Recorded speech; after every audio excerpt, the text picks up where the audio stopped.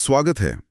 आज हम James clear की बहुत ही मशहूर किताब एटॉमिक हैबिट्स, इस पर जो भी जानकारी मिली है उसका विश्लेषण कर रहे हैं। ये किताब बताती है कि कैसे बिल्कुल छोटी छोटी आदतें हमारी जिंदगी में बड़े बदलाव ला सकती हैं। हाँ, काफी चर्चित किताब है ये। बिल्कुल।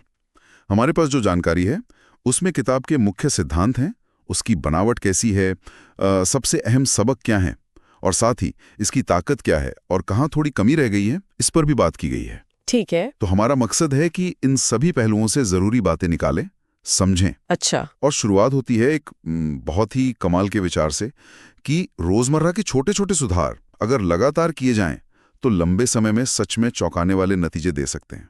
चलिए इसी को खोलते हैं। बिल्कुल। किताब का आप कह सकते हैं केंद्रीय विचार ही यही है कि आदतें जो हैं वो आत्म सुधार का चक्रवृद्धि ब्याज हैं, कंपाउंड इंटरेस्ट की तरह। अच्छा, चक्रवृद्धि ब्याज। हाँ, मतलब बड़े एकदम से दिखने वाले बदलावों के पीछे भागने से अच्छा है उन बहुत छोटी परमाणु जैसी आदतों पर ध्यान दें। क्लियर यही कहते हैं। यही छोटी आदतें समय के साथ मिलकर बड़े परिणाम देती हैं, जैसे रोज एक पेज पढ़ना या शायद बस एक पुशअप ज्यादा करना। सुनने में तो ये बहुत सीधा लगता है, लेकिन आदतें बनाना या तोड़ना ये मुश्किल हो सकता है। तो क्या किताब कोई तरीका बताती है इसे करने का? मुझे लगता है यही वो 4 नियमों की बात आती है। हाँ बिल्कुल, और वही इस किताब का व्यावहारिक ढांचा है, मतलब एक्शन लेने लायक। अच्छी आदत बनानी है तो नियम है। पहला, इसे स्पष्ट बनाओ, मतलब ऑब्वियस, सामने रखो, याद दिलाओ। दूसरा, आकर्षक बनाओ, अट्रैक्टिव, कि उसे करने का मन करे। तीसरा, आसान बनाओ, इजी, शुरू करने में कोई जोर ना लगे। और चौथा, संतोषजनक बनाओ, सैटिस्फाइंग, मतलब करते ही कुछ अच्छा महसूस हो, कोई छोटा सा इनाम मिले। अच्छा, और बुरी आदत के लिए क्रिया को बदलने पर ज्यादा जोर दे रहे हैं, खासकर वो आसान बनाना वाला नियम। सही कहा। और इसी से जुड़ी एक और गहरी बात है किताब में, वो है पहचान आधारित आदतें। आइडेंटिटी बेस्ड हैबिट्स, ये क्या है? किताब कहती है कि सिर्फ लक्ष्य तय करना, जैसे मुझे वजन कम करना है, उतना असरदार नहीं है। ज्यादा असरदार है अपनी पहचान बदलना। मतलब ये सोचना कि मैं एक सेहतमंद इंसान हूं। अच्छा। फिर आप अपने आप वो काम करने लगते हैं जो उस पहचान से मेल खाते हैं। लक्ष्य मैराथन दौड़ना नहीं, बल्कि एक धावक बनना है। आप समझ रही हैं? हाँ हाँ, बिल्कुल। तो मतलब ये हुआ कि आप क्या हासिल करना चाहते हैं, उससे भी ज्यादा जरूरी ये है कि आप कौन बनना चाहते हैं। एकदम सही। और ये सीधे तौर पर उस विचार से जुड़ता है, सिस्टम पर ध्यान दो, लक्ष्यों पर नहीं। Focus on systems not goals. System पर ध्यान। हाँ। लक्ष्य तो नतीजे हैं, वो मिल सकते हैं, नहीं भी मिल सकते।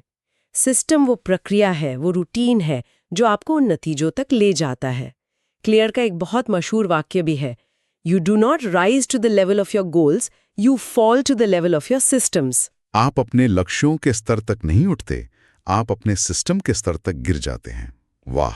हाँ, कहने का मतलब है अगर आपकी प्रक्रिया, आपका सिस्टम मजबूत नहीं है तो बड़े लक्ष्य रखना काफी नहीं है। ये तो सोचने का एक बिल्कुल अलग नजरिया है। और अच्छा, क्या किताब में इसे लागू करने के लिए कुछ ठोस, मतलब प्रैक्टिकल तकनीकें भी बताई गई हैं जिन्हें रोज की जिंदगी में इस्तेमाल कर सकें? हाँ, कई सारी हैं।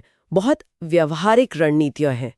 जैसे एक है हैबिट स्टैकिंग, मतलब कोई आदत जो आप पहले से कर रहे हैं उसके ठीक बाद एक नई आदत जोड़ देना। जैसे मान लीजिए आप रोज सुबह कॉफी बनाते हैं, तो कॉफी बनाने की ठीक बाद आप 1 मिनट के लिए मेडिटेशन कर सकते हैं। पुरानी आदत नई आदत का ट्रिगर बन जाती है। अच्छा, ये तो आसान लगता है। और एक और है 2 मिनट नियम, 2 मिनट रूल।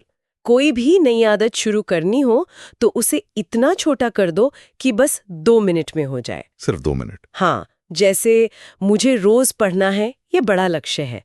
इसकी जगह शुरू करें, मैं रोज 1 पेज पढ़ूंगी, या योगा करना है की जगह मैं अपना योगा मैट बिछाऊंगी। बस शुरुआत करना आसान बनाना है, मोमेंटम बनाना है। ये तकनीकें तो वाकई में काम की लगती हैं, छोटी शुरुआत। लेकिन क्या इस किताब की कोई आलोचना भी हुई है? मतलब क्या सब लोग इसे एकदम परफेक्ट मानते हैं? देखिए, परफेक्ट तो शायद कुछ नहीं होता। इसकी सबसे बड़ी ताकत इसकी सादगी और व्यवहारिकता है, ये मानना पड़ेगा। ये विज्ञान पर आधारित है, लेकिन भाषा ऐसी है कि कोई भी समझ ले। हाँ, वो तो है। लेकिन हाँ, कुछ आलोचनाएं हैं। कुछ समीक्षकों को लगता है कि इसमें कुछ विचार थोड़े दोहराए गए हैं, रेपिटेटिव हैं। ये भी कहा गया है कि ये उन गहरी भावनात्मक या मानसिक रुकावटों पर ज़्यादा गहराई से बात नहीं करती जो आदतें बदलने में अक्सर सामने आती हैं। अच्छा, मतलब ये थोड़ा सतह पर रहती है। कुछ लोगों का ऐसा मानना है। और हाँ, ये बात भी उठती है कि ये चार्ल्स डुहिक की द पावर ऑफ हैबिट जैसी जो पहले की किताबें हैं उनसे काफ़ी प्रभावित है। मतलब मौलिकता पर सवाल उठते हैं कभी-कभी। मतलब ये तो होता है अक्सर। लेकिन इन आलोचनाओं के बावजूद इसका असर तो जबरदस्त रहा है ना।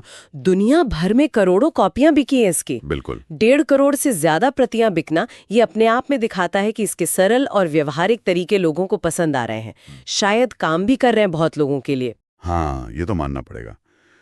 तो अगर हम पूरी बात का सार निकालें तो एटॉमिक हैबिट्स हमें यही सिखाती है कि छोटे मगर लगातार कदम उठाना कितना शक्तिशाली है, और लक्ष्य से ज्यादा सिस्टम पर ध्यान देना जरूरी है, और अपनी पहचान को अपनी आदतों से जोड़ना ये स्थायी बदलाव की कुंजी है। बिल्कुल सही कहा। और शायद अंत में एक सोचने वाली बात हम छोड़ सकते हैं। किताब व्यवहार बदलने के कैसे, हाउ टू पर बहुत जोर देती है, जो कि बहुत अच्छा है, बहुत जरूरी है। पर शायद पाठक ये भी सोच सकते हैं कि उनके लिए वो व्यक्तिगत क्यों क्या है, वो गहरी वजह क्या है जो इन सिस्टम्स को, इन आदतों को लंबे समय तक चलाने की प्रेरणा देगी। हाँ,